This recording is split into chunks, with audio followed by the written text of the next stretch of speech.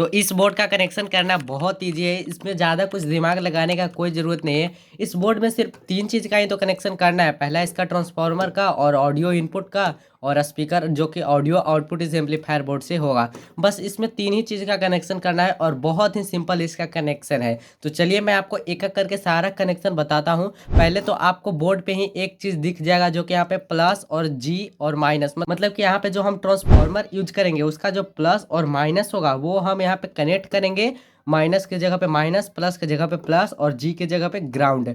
लेकिन जो ट्रांसफार्मर है उससे डायरेक्ट हम इसमें आउटपुट नहीं लेंगे। उससे पहले हम उसके लिए पावर सप्लाई बनाएंगे, ब्रिज रेक्टिफायर से डीसी करेंगे और उसके बाद उस डीसी वोल्टेज को और फिल्टर करने के लिए कैपेसिटर लगाएंगे। उसके बाद जो प्लस और माइनस और ग्राउंड आउटपुट होगा वो हम इस वाले एम्पलीफायर बोर्ड में देंगे। अब जो इस बोर्ड में ऑडियो इनपुट देना होता है तो वो जो यहाँ पे आपको दिख रहा है एक कनेक्टर व्हाइट कलर का, इसी में हमें ऑडियो इनपुट देना होता है। तो चलिए मैं बोर्ड को पलट करके आपको दिखाता हूँ।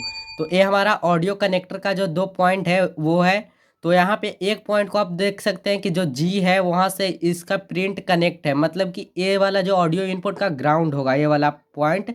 और ए वाला जो पॉइंट है एक और लेग इस ऑडियो कनेक्टर का, इसमें हमें ऑडियो इनपुट देना है। अगर आपको फिर भी नहीं समझ में आता है तो आप इसमें पावर सप्लाई दे करके स्पीकर कनेक्ट करके और यहाँ पे आप हाथ से जब टच करिएगा जिस पॉइंट पे आपको हमिंग का आवाज़ सुनाई देगा समझिए कि उसी में हमें ऑडियो इनपुट देना है। और ऑडियो इनपुट आप किसी भी चीज़ से दे सकते हो, ब्लूटूथ पैनल, ऑक्स, मिक्सर, जिससे भी आपको देना है वो दे सकते हो। और इसमें स्पीकर का बस एक चीज़ बच गया। तो स्पीकर का वायरिंग भी बहुत ही सिंपल है। जो आपको दो कनेक्टर दिख रहा है जो कि एक मेटल का शायद कनेक्टर लगाया हुआ है, इसी में हमें प्लस और माइनस स्पीकर का यहाँ पे कनेक्ट कर देना है। इस पे भी लिखा होगा, आप बोर्ड पे अच्छे से देख सकते हो। इधर प्लस में प्लस का वायर और इधर माइनस में माइनस। बहुत लोगों का कमेंट ये भी रहता है कि हम इसका जो पावर सप्लाई है वो कैसे बनाए, मतलब कि ट्रांसफार्मर से ब्रिज रेक्टिफायर पूरा कैसे बनाए, उसका जो पावर सप्लाई है वो कैसे बनाए। तो आज की वीडियो में मैं आपको वो भी बना करके दिखाने वाला हूँ, क्योंकि मैं एक न्यू कैपेसिटर पैक बनाने वाला हूँ।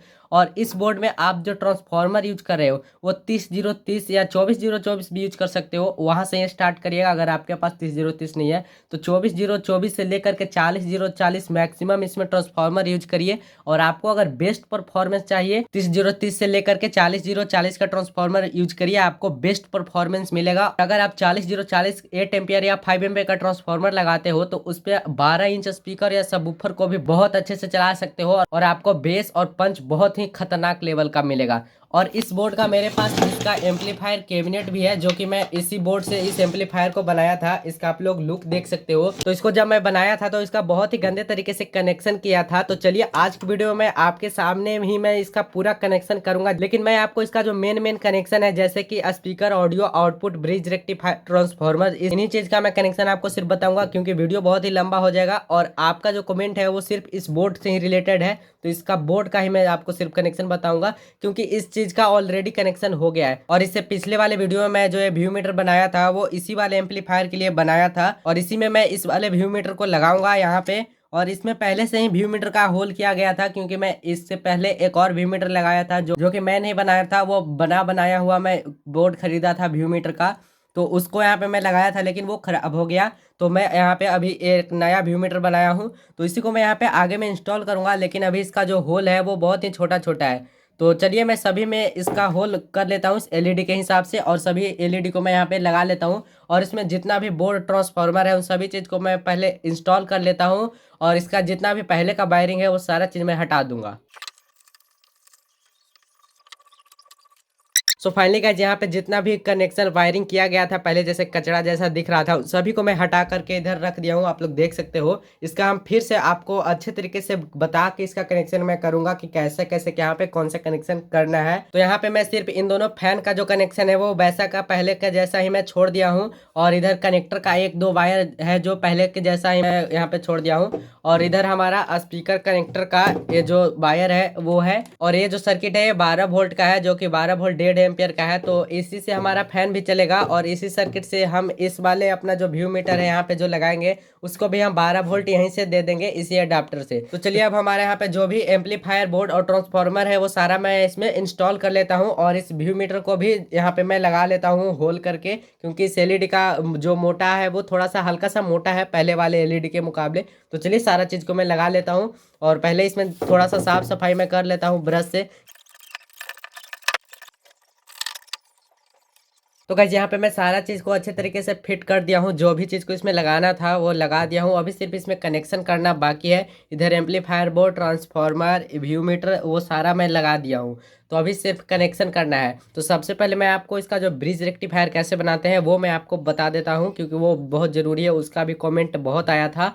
और मैं यहाँ पे 12 0 12 ट्रांसफार्मर यूज कर रहा हूँ, क्योंकि मेरे पास ना अभी कोई भी 24 0 24 या 30 0 30 इस मतलब कि इससे अभी ऊपर मेरे पास कोई भी ट्रांसफार्मर है ही नहीं, और ना ही अभी लेने का मेरे पास बजट है। इसलिए मैं अभी आपको इसी ट्रांसफार्मर से टेस्टिंग करके दिखाऊंगा। तो चलिए देखते हैं कैसे ब्रिज रेक्टिफायर बनाएंगे। सो एसी से डीसी में बदलने के लिए मैं यहाँ पे यूज करूंगा ब्रिज रेक्टिफायर का, जो कि मैं एक सर्किट पुराने सर्किट से निकाला हूँ। ये मार्केट में आपको 40 से 50 रुपये में मिल जाएगा, और भी अलग अलग एम्पियर का आता है। वैसे शायद 5 एम्पियर का ये जो है कि ब्रिज रेक्टिफायर है, और इसके पीछे मैं हीट सिंक लगा दिया हूँ, लेकिन ये उतना हीट नहीं होता है। और मैं यहाँ पे वोल्टेज को फिल्टर करने के लिए यूज करूँगा 4 कैपेसिटर का, जो कि 35 वोल्ट और 47 यूएफ का होगा। क्योंकि मेरे पास ट्रांसफार्मर तो है अभी 12 0 12 का, इसलिए मैं ज़्यादा वोल्ट का कैपेसिटर यूज नहीं कर रहा हूँ, और वैसे भी है भी नहीं मेरे पास। और अगर आप 30 0 30 या 40 0 40 का ट्रांसफार्मर यूज कर रहे हो, तो जो कैपेसिटर है वो 80 से 100 वोल्ट के बीच में आप यूज कर सकते हो, बहुत ही अच्छा वर्क करेगा। और अगर 24 0 24 यूज कर रहे हो तो 63 वोल्ट का भी काम कर लेगा, या 30 0 30 ट्रांसफार्मर पे भी वो काम कर लेगा। तो चलिए अभी मैं आपको बताता हूँ कि इसका कनेक्शन कैसे होगा।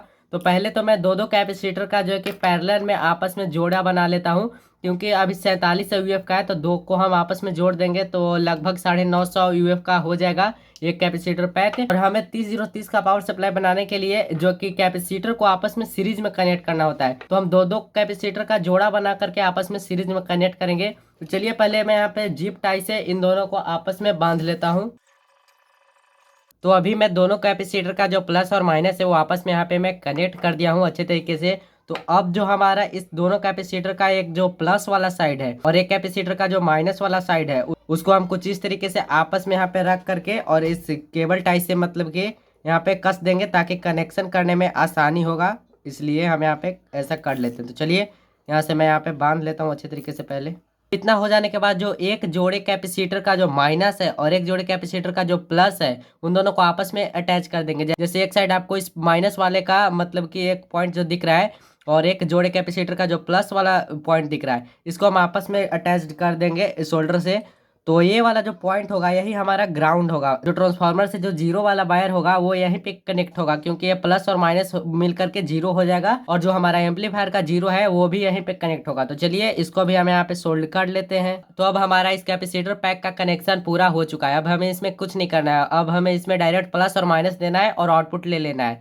तो अभी इसका जो ब्रिज रेक्टिफायर है इसको हम इसमें कैसे अटैच करेंगे, तो चलिए इस ब्रिज रेक्टिफायर को भी हम यहाँ पे कुछ इस तरीके से किसी साइड पे यहाँ पे माउंट कर लेते हैं, इसे भी जिप टाई से। तो चलिए मैं कर लेता हूँ पहले, उसके बाद मैं आपको दिखाता हूँ। तो यहाँ पे मैं ब्रिज रेक्टिफायर को अच्छे तरीके से लगा लिया हूँ।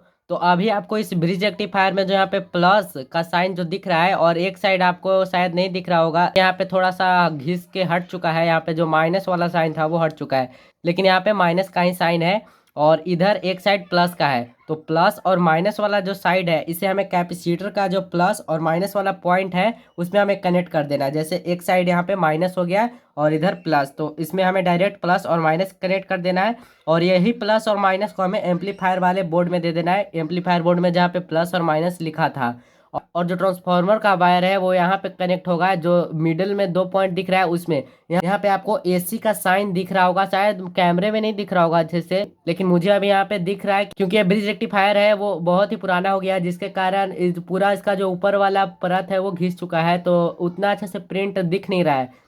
तो यहाँ पे जो हमें ट्रांसफार्मर का 30 30 और 40 या 12 12 जो हम वायर यूज करेंगे, वायर जो आउटपुट होगा ट्रांसफार्मर से, वो हम यहाँ पे कनेक्ट कर देंगे इन दोनों में। कुछ उसमें कुछ नहीं देखना होता है, क्योंकि वो एसी वोल्टेज है। 30 को यहाँ पे भी लगा सकते हैं और एक 30 को यहाँ पे भी, सिर्फ प्लस और माइनस में हमें देखना होता है। और जो यहाँ पे जीरो वाला ट्रांसफार्मर का वायर होगा वो यहाँ पे कनेक्ट हो जाएगा, और जो एम्पलीफायर का जीरो है वो भी यहीं से कनेक्ट हो जाएगा। तो चलिए अभी मैं सारा कनेक्शन कर लेता हूँ, और वीडियो बहुत ही लंबा हो जा रहा है, तो चलिए वीडियो को फास्ट फॉरवर्ड में कर देता हूँ। यहाँ पे फटाफट मैं सारा कनेक्शन कर लेता हूँ इसका। सो फाइनली गाइज मैं सारा वायर इसमें कनेक्ट कर दिया हूँ, और ये जो आपको कनेक्टर दिख रहा है ये आपको एम्पलीफायर बोर्ड जब आप बाय करोगे तो आपको ये एम्पलीफायर बोर्ड के साथ ही ये वाला कनेक्टर भी मिलेगा। तो इसी वाले कनेक्टर को यहाँ पे डायरेक्ट इसमें लगा देना रहता है कुछ इस तरीके से। तो आपको यहाँ पे प्लस और माइनस का वायर भी मिल जाएगा और यहाँ पे आप कैपेसिटर में यहाँ पे कनेक्शन कर सकते हो। और यहाँ पे मैं जो दो येलो येलो कलर का वायर निकाला हूँ, ये हमें ट्रांसफार्मर का जो एसी आउटपुट निकलेगा उसमें हम कनेक्ट कर देंगे। और जो रेड कलर का वायर है ये हमारा जीरो का वायर है, जिसे हम ट्रांसफार्मर के जीरो वाले में कनेक्ट कर देंगे। सो चलिए मैं यहाँ पे इसका भी सोल्डरिंग सारा चीज मैं कर लेता हूँ। तो गाइस ट्रांसफार्मर का और पावर सप्लाई का कनेक्शन तो हो गया, और मैं आपको इसका स्पीकर और ऑडियो इनपुट का कनेक्शन तो मैं आपको पहले ही बता दिया था। तो इसका जो मेन कनेक्शन था पावर सप्लाई का, वो मैं आपको अच्छे तरीके से समझा दिया हूँ। तो चलिए अब पूरा फाइनल मैं इसका फिनिशिंग कनेक्शन करने के बाद आपको सीधा डायरेक्ट दिखाता हूँ, और उसके बाद भी इसका टेस्टिंग भी करूंगा। और अगर आपको कुछ डाउट होगा इस बोर्ड से रिलेटेड, इस एम्पलीफायर से रिलेटेड, तो आप मुझे कमेंट करिएगा, मैं सभी का रिप्लाई जरूर दूंगा। सो फाइनली गाइज मैं इसका पूरा अच्छे तरीके से कंप्लीट वायरिंग कर दिया हूँ और पूरा फिनिशिंग के साथ में किया हूँ। आप लोग देख सकते हो पूरा मतलब कि अच्छे तरीके से जहाँ पे जिप टाई लगाने का जरूरत है वहां पे मैं लगा दिया हूँ। तो चलिए अब इसका जो ऊपर का पैनल है वो लगा लेते हैं और मैं आपको सीधा इसका जो है कि साउंड टेस्टिंग दिखाता हूँ।